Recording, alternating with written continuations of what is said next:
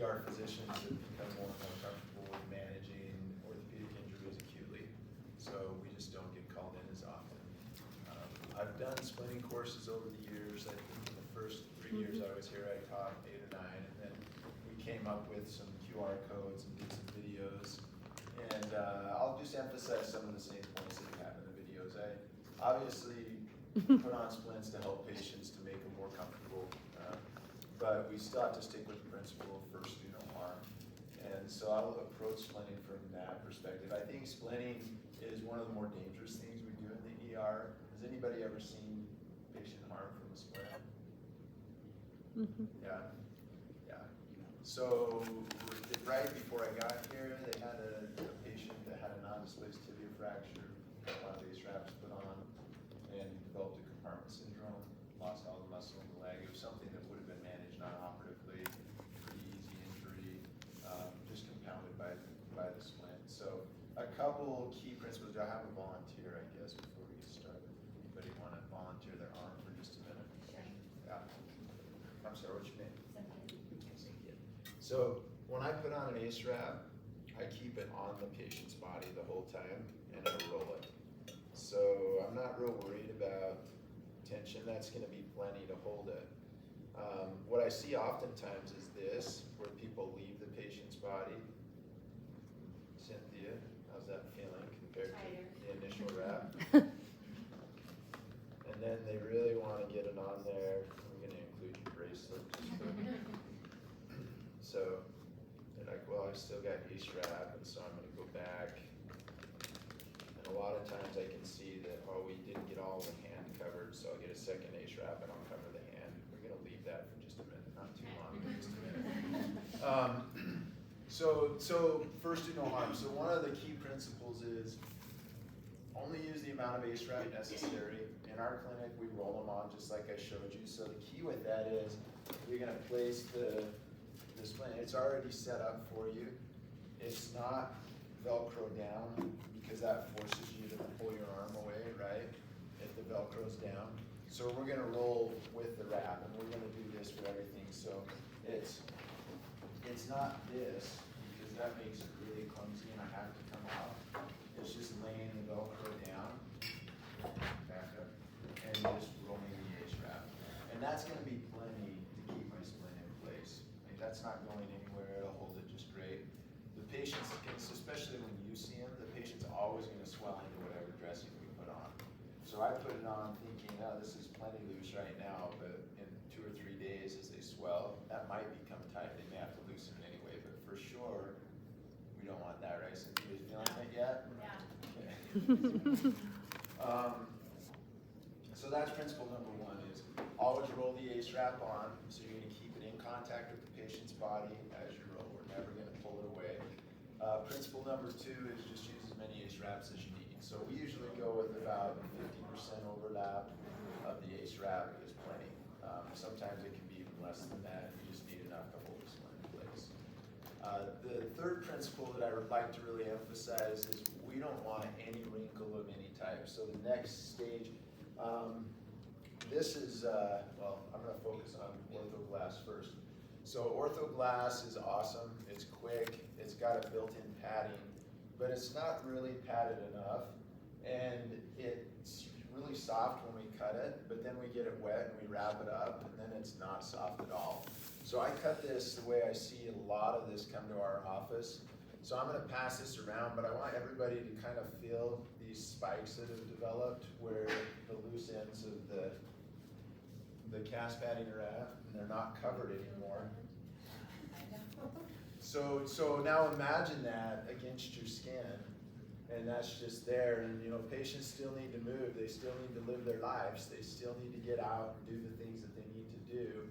And so commonly we'll see where somebody cuts it and they put it right here, and then the patient's fingers come down, right? And you can imagine that sharp edge, what that feels like to the patient. So by the time they get to us, they've taken tissue paper, socks, toilet paper, whatever they can get to stuff in there and kind of pad themselves against the splint that we put on.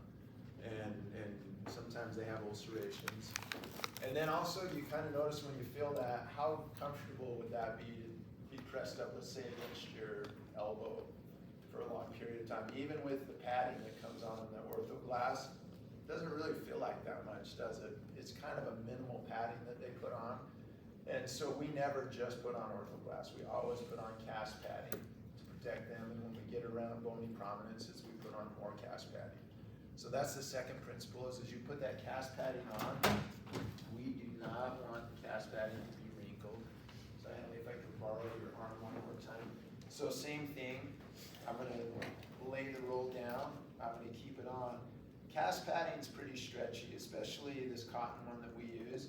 So I can put a little bit of tension on that, and I do, but we tear it, we lay it down flat, we tear it, lay it down flat, and I'm not allowing it to bunch up at any point in time. I'm keeping it super smooth because we're gonna take and put a splint over this, and then we're gonna put an ace wrap over it, and yeah, how does that feel with your bracelet?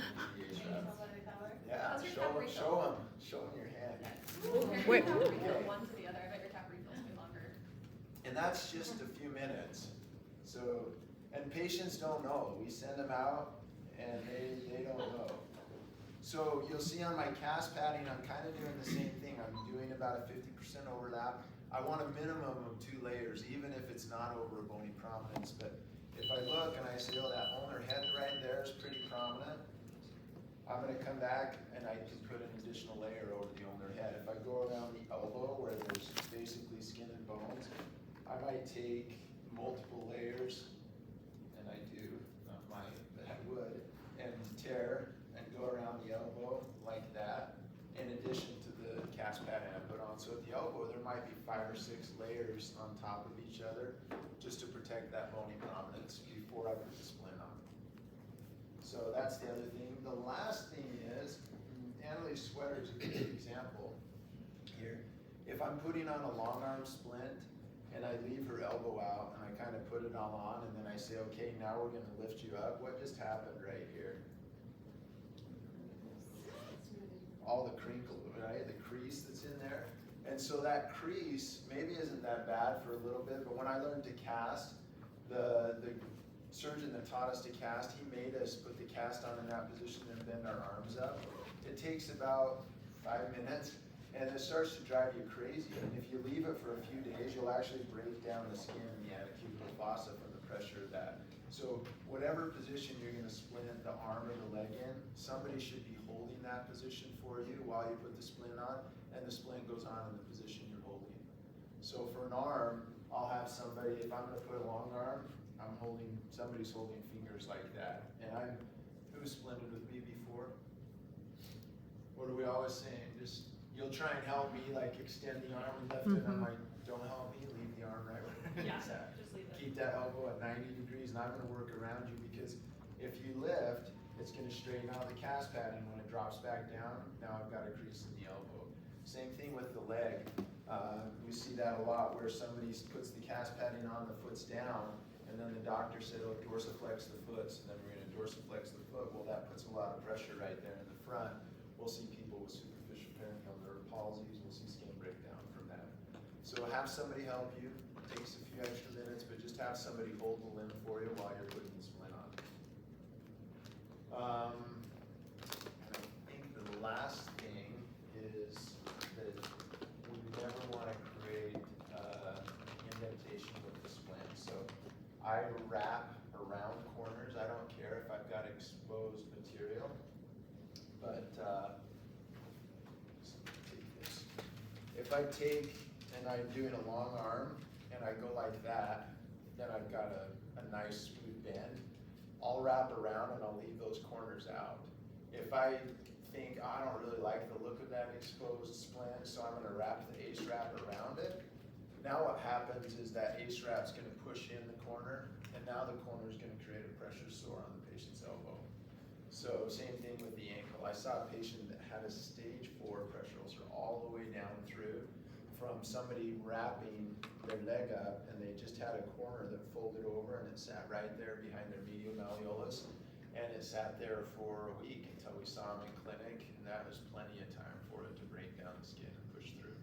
So just leave those corners out. Don't worry about making it look neat, just make it functional.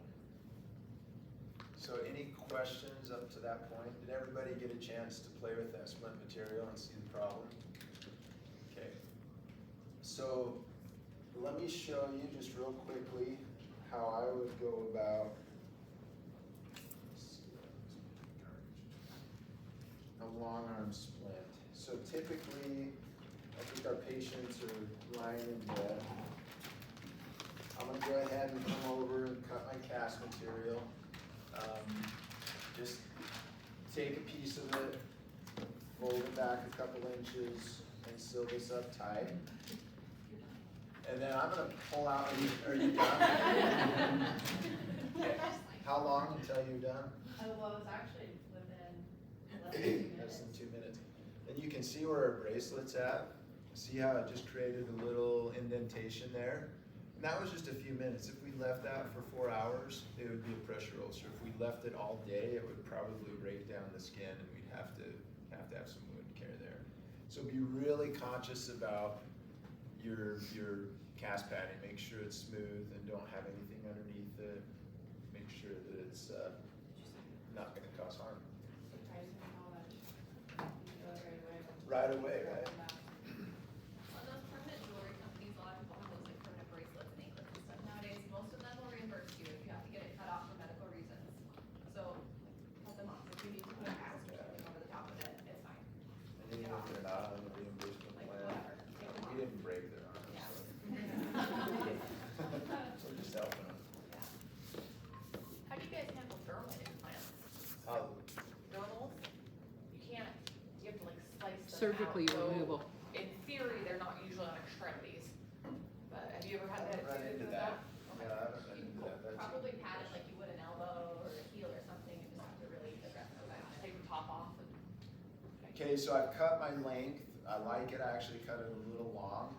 Now I've got to do something about this. So I just take and peel back and cut about 1 centimeter off. Now, unfortunately, you can probably see it from where you're at, but look at the difference of cutting the cast material with the splint on. Can everybody see that clean edge too far? It leaves a really clean edge if the cast material is not on it, or the padding's not on it. So I just pull it back and trim it. Same thing here. And now it's covered and it's smooth. Now I'm not gonna get a pressure ulcer. This stuff starts to set up quickly, so Allie, can we have you probably go keep laying down? That's my preferred. Here, actually, we'll have you sit. We'll have you sit right here. It'll be easier to see. You can hold fingers. You need my hold fingers. Or Zan. Zan, you can hold fingers. Want to do it together? Zan's the expert. Now let's swing your legs that way. So we're gonna put her at 90. We're gonna hold her at 90, and make sure your assistant's comfortable. This might be a little high. Normally I do it with the patient lying down, and that way you're just kind of holding chest height. But kind of check with them and say, hey, do you need me to give you a break? Emily, we should have had you. But make sure they're comfortable, and I'll tell them, I'll say, hey, if you start to get tired, let me know, and somebody will hold for you. So we just get fingers, elbow 90 degrees, and then I'm gonna wrap on. There's a little crease right there, so I'll smooth that out.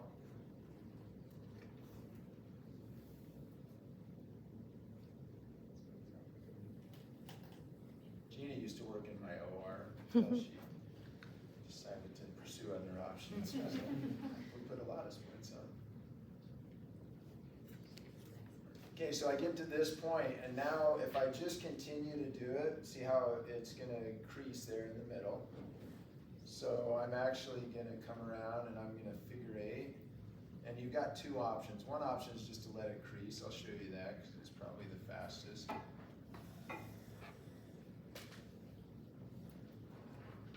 Yeah. And just say, okay, that's stuck there in the middle. And then I'm gonna do 3 layers up there, and then I'm gonna make my way down. And now I've got this problem of creased cast padding, so you can just take and tear it in the center until you see skin. Makes it nice and fluffy. You do the same thing for ankles. So if somebody's holding for you and they accidentally extend and bring it back, I'll just tear it out. And that, I can see skin now, nothing in the crease. And then I'll come around and I'll do a little extra there. Patient's very helpful. You're most often telling them, stop helping, stop helping. Close your eyes, don't move, stay still. If Stop Annalie helping. were my patient, I would definitely have her help. She's okay. So I put a little extra padding around the elbow. Now our splint's ready. I would actually not use a 2-inch, but since we're gonna throw all this away, I'd use a 4-inch usually for an arm to go posterior. And then we're gonna start at the wrist, and I'm gonna wrap it, and now my hands are free. Those suture scissors. And then as you come over the thumb, I try not to do that because now I've got a bunch of wrap right up against the thumb, and again, not very comfortable. So just figure out where your thumb is gonna be. Cut a hole out, and just let it slide over. So now I'm gonna come back down, I'm gonna wrap it. This is where we get to the elbow. Instead of continuing around, I'm gonna figure 8 it. Right, so I'm leaving those corners open. Yeah. And now I've got extra cast material. You've got 2 options. I usually just fold it, but that might be uncomfortable in some circumstances. You could cut it again. Let's start here, come around. That elbow's still open. I'll probably leave it open. So for me on this one in particular, I won't do it because we're gonna use these ace wraps again, but I probably would have let half this ace wrap off and just cut it off, and then just wrap to this point and stuck the Velcro in and be done. So we're not putting too much, but loosely put that on. And then we're gonna hold it until it sets. And this is a point where if I were gonna mold it, we'd mold it. But we're just gonna keep the arm in that position until the cast material sets up. Once it's set up, we're good. Once I'm all done, you can let go. I didn't get this wet, so it's not gonna be done, but I'll come back and I'll just check the cap refill. You've got the other hand to compare it to. If it looks purple like Cynthia's, then you probably have it on too tight. There's a good opportunity for you to switch it up. So, See how if you wrapped around the edge, it's just gonna push this corner in, that's what we're talking about, that pressure. yeah, so if I were to wrap this, it indents it, then that's gonna be a problem for the patient, especially if I'm really strong in my ace wrap. Okay, so that's a long arm, short legs, pretty similar, just having somebody hold the toes. I have them bend the knee, and that's just a pragmatic issue that if I'm asking somebody to hold the toes right here, that's holding the whole weight of the leg. So if I have her bend her hip up, now her whole thigh weight's going into the table, and all I'm holding is the leg from here to here. So it makes it much easier. And so I'd advocate having her lay down and just bending the leg up. I wouldn't try and do it in a sitting position. I think that's hard on your back. And if it's an ankle that's broken, most times I'll have the person stand over on this side because most ankle fractures want to redislocate posterior laterally. So if I have you hold the big toe and stand opposite table, you're just reducing it for me, and then I can put the splint on and hold it. But that's pretty straightforward. The other advantage of bending the knee up is a really common problem. I just saw this last week on a patient. She was 80 years old. She had an ankle fracture. They put a splint on. The splint went all the way to her knee, which is awesome, right? Until she goes like that, and then the splint dug into the back of her thigh approximately. And so she wasn't able to bend her leg, and she actually had a little pressure sore there, and she said, "Oh, I'm so glad you took that off. That's been so uncomfortable." Yeah. So we helped her by stabilizing, but then hurt her by running it up. So if I have the knee bent, I can see exactly where an appropriate level is to end that splint and not carry it. It's easy to do. I've done it with casts before in a sitting position. It's pretty easy to get that too far. So just be aware of that and don't carry it up. And be your own worst critic. It's okay to examine a splint afterward and kind of look at the patient and say, hey, what's life going to look like for you over the next few days, and is this going to be functional for you? Okay, any questions, concerns? All right, should we try a few? ready to try putting some on. Can you show us your expert thumb spica? That's my nemesis. The thumb spica? Yes. There's So, only a few of our docs that are like, no, don't do the prefab one. I'm like, but why? so the key on the thumb spica, everybody make a really solid fist. Really tight, you're grabbing, and then look at your arm from the side. So we're not like that. We never deviate our wrist that way. Most activities that we do, our wrist deviates about 10 to 15 degrees away from the radius. So I think where we get into a lot of trouble with thumb spicas is people try and do a hitchhiker splint, is what we call it. But that's really not the functional position of your hand. A functional position is kind of that finger down, almost like I tell people, pretend like you're gonna grab a Coke bottle and take a drink. And if you can pretend like you're holding a Coke bottle, you're not gonna hold your Coke bottle like that, right? You're gonna bring it towards your index finger. That's a good position for a thumb spica. And the reason that's important is because, well, a couple reasons that's important. One, if somebody gets stiff in that position, it's hard for them to get down and make a pinch grip. So whenever I'm splinting, I think, can I splint you in a position where your hand's functional? Worst case scenario, you get stuck and you can never move from that point again. Is that gonna be functional? And this is, that's not. And so the other thing that makes it nice is that that's kind of in line, right? And so I'm not having to contort and do this crazy thing. I just have to take a 3-inch piece of cast material and run it, or 2-inch, oh, this is starting to get hard. But I just run it up the arm, just right up that radial side, and curl it over the thumb, just like that. And if it wraps just a little bit, which oftentimes it does, so I'll usually use a 4-inch or a 3-inch if they're little, and just wrap it around the thumb, and then just kind of bring it up the arm and let it lay where it wants to lay comfortably with the arm in that position. So That's what inch, what size? 3 or 4. 3 or 4. For my arm, I do a 4. You know, for somebody who's a little more petite, I use a 3. For a child, I might use a 2. Does that make sense? Is that Yes. one? And we can try one if you want to put one on. Just come, let's do that as one of the splints. The key on that is you're going to wrap the wrist first. For my arm splints, I always start at the wrist first. You need some place to anchor your A strap before you move up or down. So I'll anchor it, I'll move it through the hand, and then I'll actually just bring it around the thumb, and I'll make a little cut in it so it's not bunched up, but bring it around the thumb, come around like that, and then just take it back down the rest of the way down the arm. And it just kind of leaves them in a position like that, and they're fine. And a lot of people, I'll even ask them when they're done, I'll say, hey, can you pinch your index finger, can you bring it to your thumb? And if they can, I'm pretty happy with it. And if they can, I'm looking at, okay, how far? Is it like this far away, or is it just like a centimeter? Could you pick up, if I stuck a pencil in there, could you hold it? Like, is it that close, or is it too wide? And if it's too wide, I'd redo it. Any other splints in particular that you have questions on, or that are trouble spots?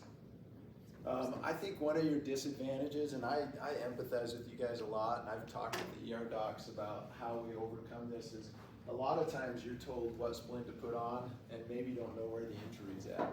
So like, we want a long arm splint, and so I'll see somebody put on a long arm splint just like I did on Anna Lee, and it ends right there. And if it were an elbow injury, that probably would have been just fine, but in probably 10 patients over the last 10 years, it's been a humerus fracture, it's been a mid-shaft humerus fracture, and so their splint ends just about where their fracture is. And so that's not a very effective splint. So for humeruses, we recommend a coaptation. So you just lay it flat in the armpit, wrap it up over the top, and wrap that one on. You laugh, but I had a lady. No. We were laughing because I said that's my nemesis. Is Oh, the coaptation. She was saying the thumb spike, and I was like the coaptation. So coaptation, start in the armpit, use a 4-inch, wrap the arm, and then start in the armpit and just put the flat part there with it trimmed off, not with the sharp edges, but with it trimmed off, and just put it up until it's pretty close, and then just bring it up and over, and you bring it just over the shoulder. So the idea with the coaptation is I'm trying to limit that motion and the swing. And so then after that, I just wrap it up to about right here. You can't wrap the whole thing, but I'll start here and wrap it up. And then I'll just use my hand to mold it. And I'm talking to the patient, we just hold it there. Once the splint gets hard, I'll put them in a sling and they're done. And that's just gonna prevent or kind of limit their arm motion. I think the 2 times I've done it, I had just fluffier ladies. Yeah. And so to get them wrapped, Yeah. you have to come up. You have to They're lift in them a a little ton bit. of pain. Yeah. And so if you're dealing with lots of tissue, Yeah. lots of skin, and Yeah. then just trying to it's just uncomfortable for them, and then you're trying to kind of bring it back down to, it's just, I don't know, it was just like, how do we manage the skin and the wrapping, and so, but that really does make a lot of So sense. has anyone ever broken a bone in the room? Probably somebody has. So traction feels good on fractures. So if I had somebody and I was trying to put a coaptation splint on, and you're not a great example because you're not the patient she described, but I would just apply, just whoever's holding for you, they can hold the arm, and I'm just pulling as I'm lifting, and just put a little gentle traction. And just that amount of traction is gonna allow you to manipulate it without them having it sag. Because what really hurts is the motion where you go to lift it and this part of their arm stays put and this part of their arm moves, and they hate it. But if you put just a little bit of traction on it, you can lift it up, and you don't, just enough to Just to sneak get your it by, cast yeah. padding under. Okay. Yeah. That's super helpful. So that's a good pointer, because you're right. And I used to joke around that only fat people got proximal humerus fractures. and Is that just me? then the more I've seen, I'm like, no, only fat people get humerus fractures. Or motorcycle riders. And I think it probably has something to do with momentum, right? It's probably just, I had a lady once and she was moving a mattress with her husband. And she stumbled and she fell and she hit the ground, and she weighed 490 pounds, and she broke her femur. And her husband, he's like, I don't get it. Like she fell from a seated position. I don't get it. How could she break it? I'm like, oh, it was probably an awkward fall. I don't know. Maybe she twisted it. It can happen. And he would not let it go. Like after surgery, and so finally I said, hey, if I took a 300-pound weight and I held it this far off the ground and dropped it on your femur, would that be enough to break it? And he's like, okay, I get it.